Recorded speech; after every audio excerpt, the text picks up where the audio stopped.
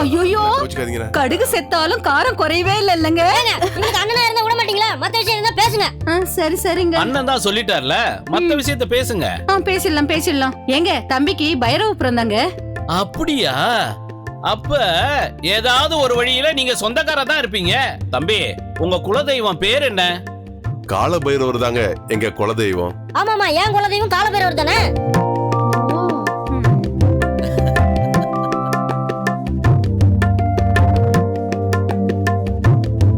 தம்பி, உங்க பேர் சொல்லவே இல்லீங்களே. மருதேஸ்வரங்க. ஆஹா, அற்புதமான பேர். இந்த உலகை ஆளக்கூடிய பரமேஸ்வரனுடைய பேரையே உங்களுக்கு வச்சிருக்காங்க. இந்த பேரை எங்க தாத்தா தாங்க எனக்கு வச்சது. உங்க தாத்தாவா? உங்க தாத்தா பேர் என்ன? அர்ஜுனருங்க. யாரு? இந்த பைரவபுரத்து ஏரிக்கிற ஓரத்துல மாந்தோப்பு தென்னந்தோப்புலாம் வச்சிருந்தானே, அவரு தானே? அவரு தாங்க எங்க தாத்தா. ஏண்டா இதெல்லாம் என்கிட்ட நீ சொல்லவே இல்ல? அண்ணே, அப்படி ஒரு தாத்தா இருந்தது எனக்கு இப்பதானே தெரிய வந்துச்சு. பையன் என்ன திரு திருன்னு முழிக்கிறான்?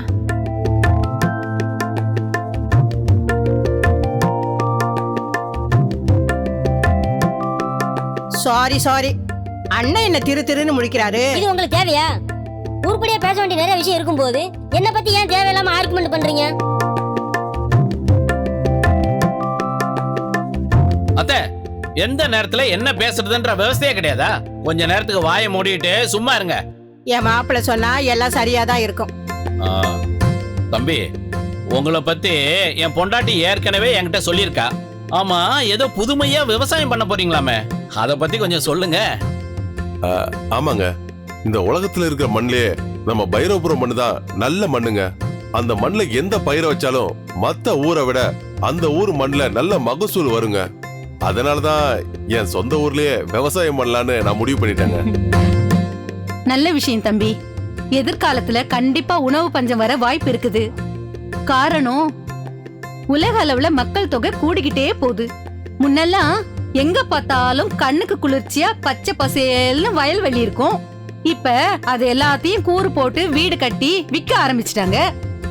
ஆனா இப்ப என்னடனா ஏதோ 1-2 இடங்கள்ல தான் விவசாயம் நடந்துட்டு இருக்கு. உங்களை மாதிரி இருக்கிற இளைஞர்கள் இது மாதிரி புதுமையான விவசாயம் பண்ணாதான் எதிர்காலத்துல வரப்போற உணவு பஞ்சத்தையே தடுக்க முடியும்.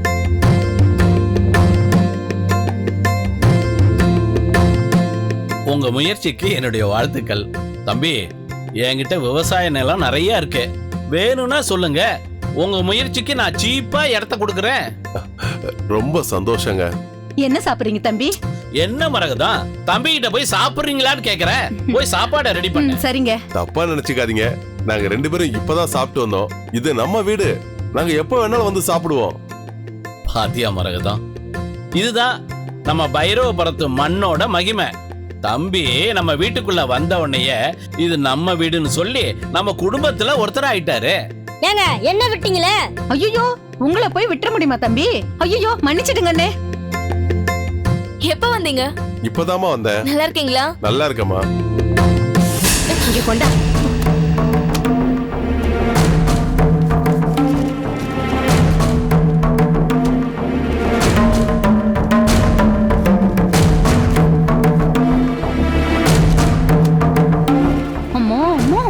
என்ன பாக்குற? அந்தந்த விஷயத்தை அப்பப்ப பாக்கணும், தெரியுமா உனக்கு? இதெல்லாம் தள்ளி வைக்க வேண்டிய விஷயம் இல்ல. உள்ள போ. சும்மா இருங்க மாப்பிள. அம்மாச்சி, நீ நினைக்கிற மாதிரி அதுல ஒண்ணும் இல்ல. ஏன் இன்னைக்கு அவனை நீ பாக்கலையா? அவன் வரலையா? நீங்க எதுவும் பேசிக்கலையா?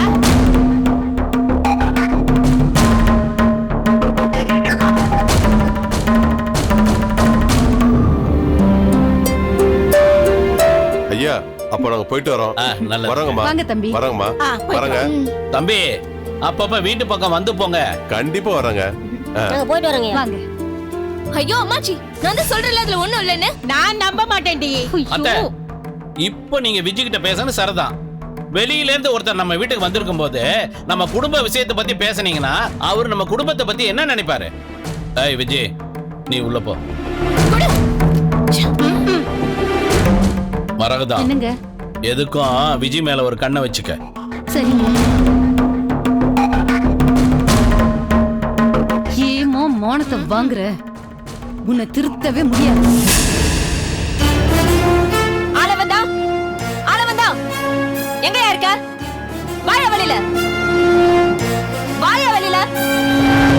யாருமா நீ? என் வீட்டுக்குள்ளேயே வந்து என்னையே மரியாதை இல்லாம பேர் சொல்லி கூப்பிடுற? யாருக்கு மரியாதை கொடுக்கணும் யாருக்கு மரியாதை கொடுக்க கூடாதுன்னு இந்த பள்ளங்குழி பாண்டியம்மாளுக்கு நல்லாவே தெரியும். யார் நீ? எதுக்கு வந்திருக்க? உனக்கு என்னதான் வேணும்? பொம்பளை பொறுக்கி பையனை பெத்து வச்சிருப்ப, அவன் தப்பு பண்ணிட்டு ஜெயிலுக்கு போவான். என் தம்பி என்ன தப்பு பண்ணான்? உன் பையன் எதுக்கு என் பொய்ய சொல்லி என் தம்பிய போலீஸ்ல மாட்டி விட்டுருக்கான்? ஏய், நீ அந்த பொம்பளை பொறுக்கி பிரம்மாவோட அக்காவா? யோ, வார்த்தையை அளந்து பேசு. யார்கிட்ட யார பத்தி தப்பா பேசுற? என் தம்பிய பத்தி என்கிட்டயே தப்பா பேசுறியா? தப்பானவனை தப்பா பேசாம உத்தமன்னு பாராட்டுவாங்களா? உன் பையன் தப்பானவன்னு தெரிஞ்சதுனால தானே உன் பையனுக்கும் டெப்டி கமிஷனர் அருந்ததியோட தங்கச்சிக்கும் நிச்சயதார்த்தத்தை நிறுத்திட்டாங்க. இதுல இருந்த உன் பையன் தப்பானவன்னு தெரியல, இன்னுமா உனக்கு புரியல? அருந்ததி என்ன அவமானப்படுத்தினது திட்டமிட்ட சதிதான். நிச்சயதார்த்தம் நிறுத்தினதும் சதிதான். உன் குடும்ப பிரச்சனையில ஏன் தம்பிய மாட்டி விடுறியா?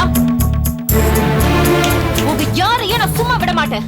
என்ன தப்பா நினைக்காதம்மா, எல்லாத்துக்கும் காரணம் அருந்ததி தான். நீ அவகிட்ட பேசுறதுதான் சரி. ஓஹோ, அப்படியா? நீ சொன்னதுல ஏதாவது தப்பு இருந்துச்சு உன்னை சும்மா விட மாட்டேன். இந்த பள்ளங்குழி பாண்டியம்மாவுக்கு பொய்யே பிடிக்காது.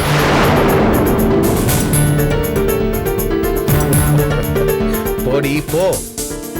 அருந்ததியை பத்தி உனக்கு ஒண்ணுமே தெரியாது. என்கிட்ட பேசின மாதிரி அவகிட்டயே பேசினா நீ ஜெயில தான் இருப்ப. அம்மா, நம்ம மிகப்பெரிய சிக்கல்ல மாட்டிக்கிட்டு இருக்கோமா. இந்த வெற்றி நம்ம வீட்டுக்கு வரதுக்கு முன்னாடி நம்ம சுதந்திரமா இருந்தோம். இப்ப நம்ம வீட்லயே நம்ம அடிமை மாதிரி இருக்க வேண்டியதாயிடுச்சம்மா. விடுற, அவன்லாம் நமக்கு பெரிய ஆளா? அவனை குழியில தள்ளி மண்ணை போட்டு மூட இப்பதான்டா மண்ணை தோண்டி எடுத்துக்கிட்டு இருக்கேன். சமயம் பார்த்து அவனை குழியில தள்ளி விட்டுணும்டா. எங்கம்மா குழி தோண்டி இருக்க? என்கிட்ட சொல்லவே இல்லையே. குழி தோண்ட போறேன்னு சொன்னா நானும் உதவிக்கு மண்ணள்ளி போட வந்திருப்பேன்ல. ஏமா, இந்த குழிய தோண்டி மண்ணள்ளி போட்டு மூணா வெற்றி செத்து போயிடுவானேமா. இது கொலைகேஸ் ஆயிடுமே. போலீஸ் கிட்ட மாட்டி நம்ம ஜெயிலுக்கு போயிடுவோம். அப்புறம் அடுத்தவங்களை ஏமாத்தி நம்ம கொள்ளையடிக்கிற பணத்தை எப்படிம்மா ஜாலியா அனுபவிக்கிறது? முட்டாள் முட்டாள், எனக்கு பிறந்த பையனா நீ? ஒரு பேச்சுக்கு உதாரணத்துக்கு சொன்னா நிஜமாவே நான் குழி தோண்டிட்டேன்னு நினைக்கிறியா? உன்ன அம்மா மெதுவா கொட்டுமா, இதுவே வலிக்குது. அதுக்கப்புறம் வெற்றியும் வந்து என் தலையில தான் கொட்டுவான். உன்னை தலையிலே கொட்டக்கூடாதுடா, அருவாவை எடுத்து தலையிலே கொத்தணும். அப்பதான் உனக்கு மூளை வேலை செய்யும். அம்மா, ஒரு உதாரணத்துக்குன்னு சொல்லிட்டு இது உதாரணம்னு சொல்லியிருந்தா எனக்கும் புரிஞ்சிருக்கும்ல. ஐயோ, உன்னை வச்சுக்கிட்டு இந்த வெற்றியை நான் எப்படா வீட்டை விட்டு திரத்துறது? என்னை யாராலையும் ஒன்றும் பண்ண முடியாது என் அருமை.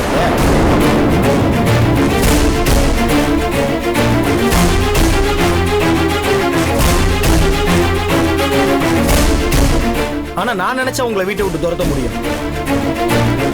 நீங்க ரெண்டு பேரும் திருந்துவீங்க நினைச்சா நீங்க திருந்துற மாதிரி தெரியலையே. வெற்றி செல்வன், உன்னோட உருட்டல் மிரட்டெல்லாம் என்கிட்ட வேணாம். நாங்க எல்லாத்துக்குமே துணிஞ்சிட்டோம். நீ என்ன வேணாலும் பண்ணிக்கோ, ஆனா எங்களுக்கு கவலையே இல்லை. என்ன குரல் உயருது? ஆமா, நாங்க எதுக்கு உனக்கு பயப்படணும்? இனிமே பயப்பட மாட்டோம். அம்மா, என்னடா முழிக்கிற? உங்க அம்மா வேணா சாதாரண ஆளு நினைச்சியா?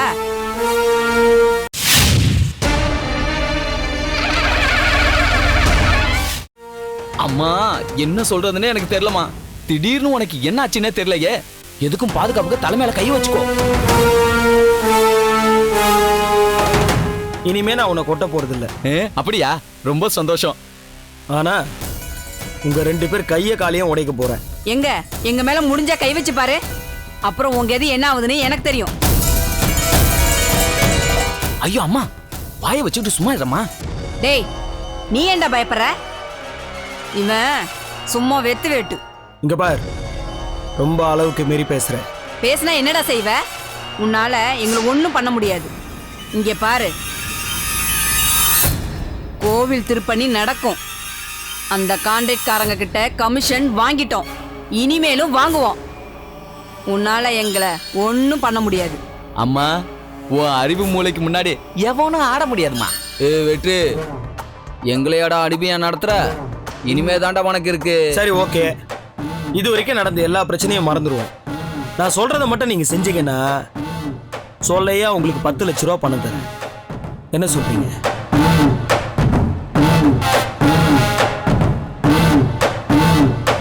என்ன என் டீலுக்கு நீங்க ரெடியா? முதல்ல விஷயத்த சொல்லு. அது எங்களுக்கு சரி வருமா இல்லையான்னு யோசிச்சு சொல்றோம்.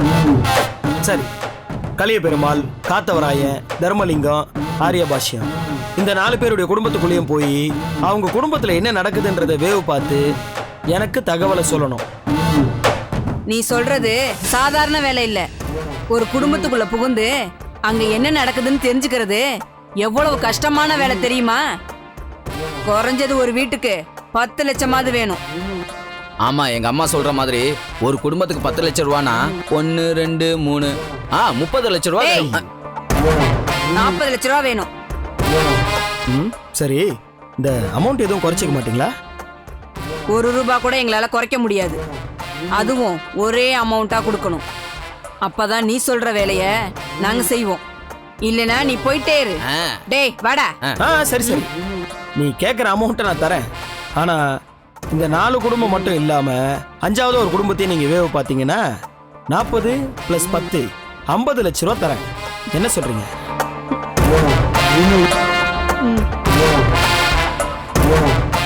ஆமா, 5வது குடும்பமா? அது எந்த குடும்பம்? அது இதுதான் அந்த 5வது குடும்பம். சமயம் பார்த்து அவனை குழியில தள்ளி விட்டுறணும். எங்கம்மா குழி தோண்டிக்கிட்டு இருக்க? என்கிட்ட சொல்லவே இல்லை.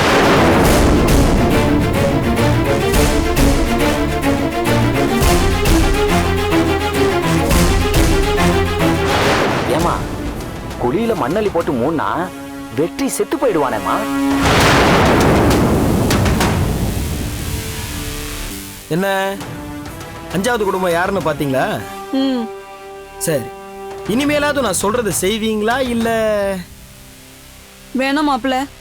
4 குடும்பத்திலையும் என்ன நடக்குதுன்றத பார்த்துட்டு வந்து உங்ககிட்ட சொல்ற மாப்பிள்ள. இதுக்கு ஏதோ வேவு பார்க்கறதுக்கு ஏதோ பணம் கேட்டீங்களே, எவ்வளவு கேட்டீங்க? ஐயோ, எங்களுக்கு பணமே வேணாம் மாப்பிள்ள. உங்க மொபைல்ல நாங்க பேசுனது பதிவாயிருக்குல்ல, அதை அழிச்சா போதும். முதல்ல நான் சொல்றது செய்யுங்க.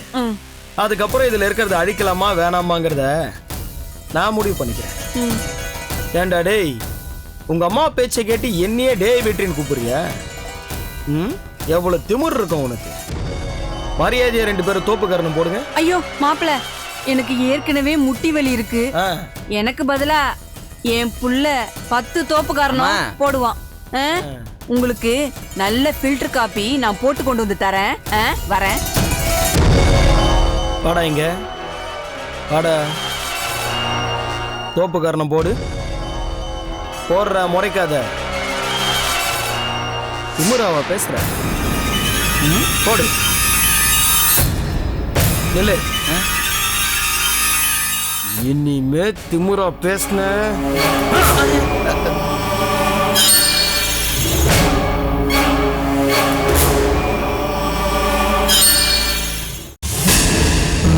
உலக நாயகியின் அம்சமான வேத நாயகியே, கால பைரவனின் கட்டளைப்படி பஞ்ச பாண்டவர்களின் காலம் முடிந்து உப பாண்டவர்களாக மறுபிறவி எடுத்த அர்ஜுனனின் மறுபிறவியான பைரவபுரத்தில் வசிக்கும் கணேசனின் வீட்டில் வெட்டியானாக அடைக்கலமாக இருக்கிறேன். அரக்கர்களால் நாட்டுக்கு அழிவு ஏற்படும் போதெல்லாம் அகிலத்தையே கட்டி காக்கும் கால பைரவியின் சக்தியே வேதநாயகியே. பஞ்ச பாண்டவர்களில் தர்மன் மறுபிறவியாக எடுக்கும் கலிய பெருமாளன் வீட்டில் அவருக்கே ஒரு மகளாக இருக்கிறேன்.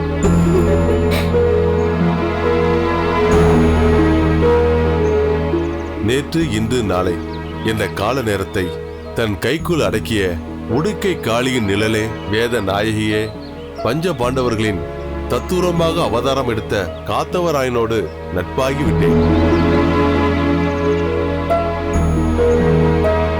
உலகம் உள்ளவரை, உயிர்கள் உள்ளவரை உலகை காக்கும் அஷ்டலட்சுமியின் ஒட்டுமொத்த உருவமான துர்க்கையம்மனாக காட்சியளிக்கும் காலபைரவின் மூளையே வேதநாயகியே, தாங்கள் சொன்னது போல அரவானின் செயலுக்கு துணையாக வந்திருக்கிறோம். எங்களுக்கெல்லாம் நீங்கள் தான் வழிகாட்ட வேண்டும் தாயே. எல்லாம் காலபைரவியின் மாயம்தான். பஞ்சபாண்டவர்களின் மறுபிறப்பான உபபாண்டவர்களாக பிறப்பெடுத்த கலிய பெருமாள், தர்மலிங்கம், கணேசன், ஆரியபாஷ்யம், காத்தவராயன் ஆகிய ஐவரும் சமாதானமாகிவிட்டார்கள். வருகிற அமாவாசை அன்று திருப்பணிகள் தொடங்க இருக்கின்றன. காலபைரவனின் திருப்பணி நடக்க துணையாக செயல்பட அஸ்வத்தாமன் வந்திருக்கிறான். அவன் கூடவே கலியரக்கனும் வந்துவிட்டான். இப்போது என்ன செய்வது? தற்போது எதுவும் செய்ய வேண்டாம். கலியரக்கன் கொஞ்சம் ஆடத்தான் செய்வான். அது விதியின் வினை. அதனால் நம்மால் ஒன்றும் செய்ய முடியாது. நாம் எதுவும் செய்ய முடியாது என்றால் கலியரக்கனின் சதியால் காலபைரவரின் திருப்பணி தடையாக என்ன செய்ய வேண்டும்? நீங்கள் 5 பேரும் வீட்டிற்கு போய் அவர்களோடு நட்பாக பழகுங்கள். சரி வேதநாயகியே. கணேசனின் வீட்டுக்கு பைரவபுரத்தில் உள்ள காலபைரவனின் கோயிலில் பூசாரியாக இருந்து இறந்த ஜெகநாதனின் மகன் அமரேந்திரன் வெற்றி செல்வனாக வந்திருக்கிறான். ஆனால் கணேசன் அமரேந்திரன் மீது அசைக்க முடியாத நம்பிக்கை வைத்திருக்கிறான். ஆனால் அவனுக்கே தெரியாமல் கலியரக்கனாக மாறும்போது ஏதாவது சூழ்ச்சி செய்ய ஆரம்பித்து விடுகிறான். கணேசனின் மனைவி கமலமும் அவன் மகன் சந்தோஷும் பிறவியிலேயே கெட்ட குணம் உள்ளவர்களாக இருக்கிறார்கள். இவர்கள் 2 பேரும் பணத்திற்கு ஆசைப்பட்டு கலியரக்கனின் தப்பான செயலுக்கு உடந்தையாக இருக்கிறார்கள். இவர்கள் இருவர்களை நினைத்தால்தான் எனக்கு பயமாக இருக்கிறது. அண்ணா, பயத்தை பத்தி நீங்களா பேசுவது? ஆச்சரியமாக இருக்கிறதே. பயமே தெரியாதவன் தான் நான். ஆனால் நான் சொல்ற பயம் வேறு. கோயில் திருப்பணிக்கு இவர்களால் ஒரு தடை வருமோ என்றுதான் பயப்படுகிறேன். எல்லாம் விதிப்படிதான் நடக்கும். நம்மால் ஒன்றும் செய்ய முடியாது. அது போக்கில் விட்டு அதற்கப்புறம்தான் என்ன செய்ய வேண்டும் என்று முடிவெடுக்க முடியும். இப்படி சொன்னால் எப்படி? விதியின் வழியில் விட்டுவிட்டால் நாம் எதற்கு? அதற்கு என்னால் பதில் சொல்ல முடியாது. பைரவிதான் பதில் சொல்ல முடியும்.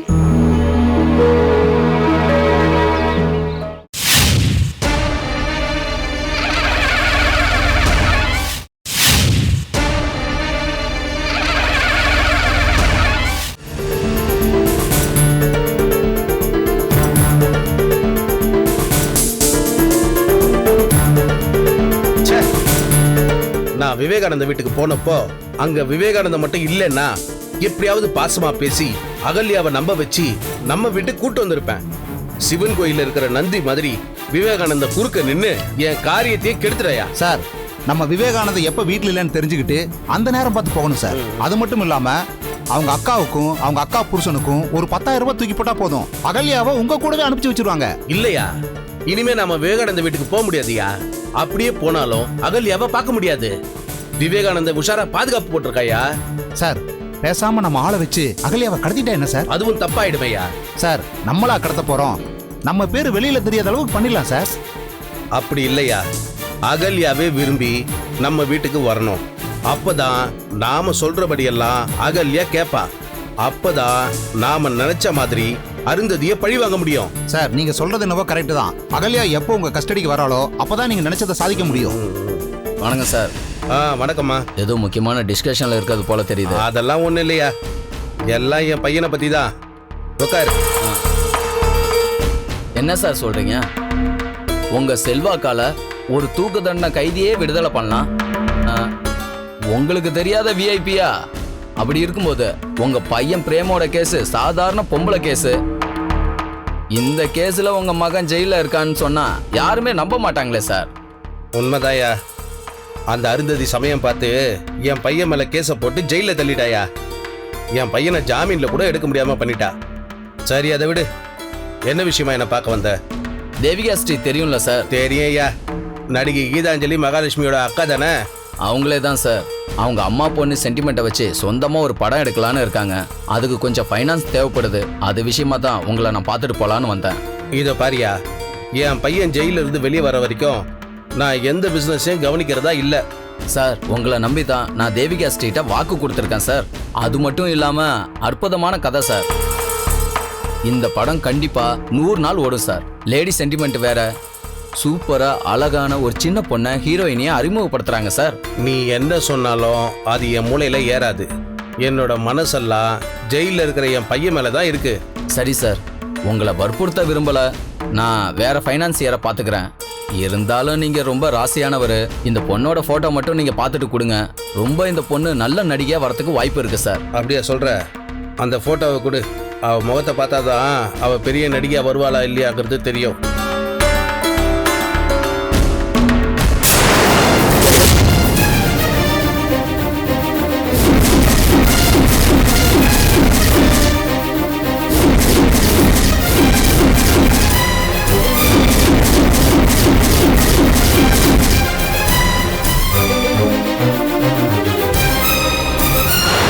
பூமிநாதா, இந்த போட்டோவை பாரு.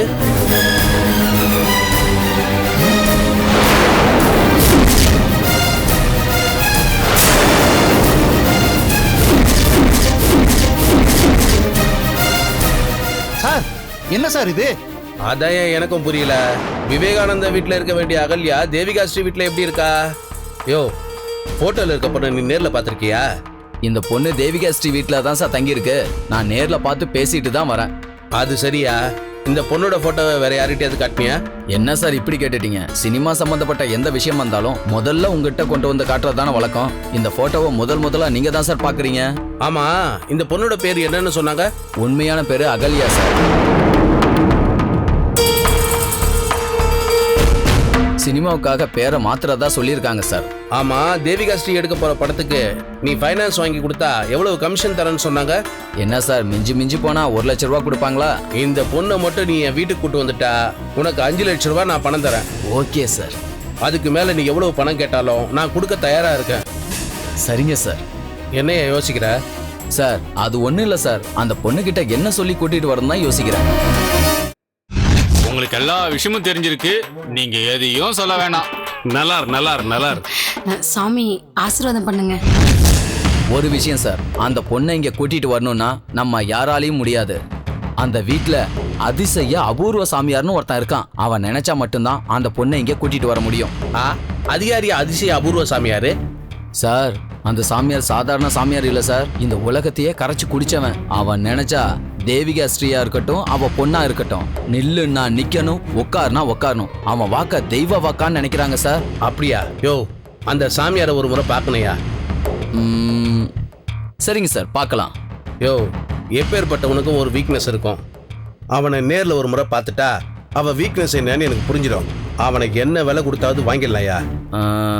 சரிங்க சார், அந்த சாமியாரை எப்படியாவது நான் உங்க வீட்டுக்கு கூட்டிட்டு வரேன். யோ, ஒரு நிமிஷம் வெயிட் பண்ணு, வரேன். இந்தாங்க இந்த போட்டோவை வச்சுக்கங்க.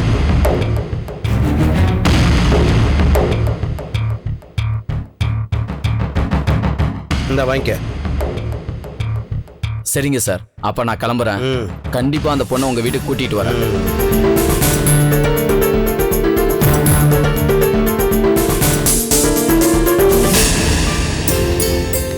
நானே வாகனமா இருந்தேன், நீ இப்ப எனக்கு வாகனமா இருக்க. அதெல்லாம் இருக்கட்டும். திரு இப்ப நம்ம எங்க போறோம்? பைரவபுரத்துல இருக்க காத்தாரவாயம் மூலமா நாம இப்ப பைரவபுரம் போறோம். அதனாலதான் காத்தாரவாயம் கிட்ட நம்ம அறிமுகமானோம். அதுக்கு முன்னாடி அந்த 4 பேர் வீட்டுக்கு நாம போகணும். இப்போ யார் வீட்டுக்கு போறோம்? சென்னையில இருக்கிற கலிய பெருமாள் வீட்டுக்கு போறோம். சரி, வைரவபுரத்துல காத்தோராயனை பார்த்தோம்ல, அதே ஊர்ல இருக்கிற தர்மலிங்கத்தையும் பாத்துருக்கலாம்ல. அது எனக்கு தெரியாதா? நீ எனக்கு பாடம் நடத்துறியா? கோச்சிக்காதீங்க, தெரியாம கேட்டுட்டேன். டேய் மகடேஷா, என்ன திரு என்ன டேன்னு சொல்ற? டேய் மகடேஷா, உயரத்துல நான் உன்னோட சின்னவனா இருக்குன்னு என்ன தப்பா இட போட்டுறாத. சரி, கொஞ்சம் வாயை மூடுறீங்களா? சுமக்கிறவங்களுக்கு தான் வலியும் பாரமும் தெரியும். தெரியுதுல? போ. டேய் நிப்பாட்றா, இறக்கி விடக்கல முதல்ல. அண்ணே, இதென்ன பஸ் அண்ணே? நிப்பாட்டுங்கிற மரியாதையா சொல்ல. ஆமா, இங்க யாருன்னு இருக்கா? இதானே காளியம்மா இருக்கா? அப்படியா? சரிண்ணே. டேய் கூப்பிடுண்ணே. இங்க இருந்து கூப்பிட்டா உள்ள இருக்க காளியம்மாளுக்கு காது கேட்காது. ஆ. அதோ அந்த காளிமல்ல அமுக்குனாதான் உள்ள இருந்து வெளியே வருவா. சரி நான் அழுத்துறேன். இதுக்கு தாண்டா ஆளு வளரணும் அறிவு வளரணும் சொல்றது. அண்ணே அண்ணே என்ன பண்றீங்க? ஏய் இந்த காளிமல்ல அமுக்குனாதான் உள்ள இருக்க காளியம்மா வெளியே வருவாடா. இதுக்கு தானே ஆளும் கொஞ்சம் வளரணுங்கிறது. நான் அழுத்துறேன் பாருங்க.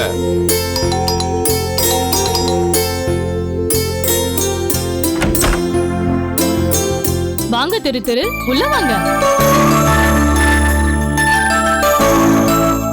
இந்த தம்பி யாரு? இவர்தான் மகுடீஸ்வரர். வணக்கம்மா. நலம் உண்டாகட்டும்.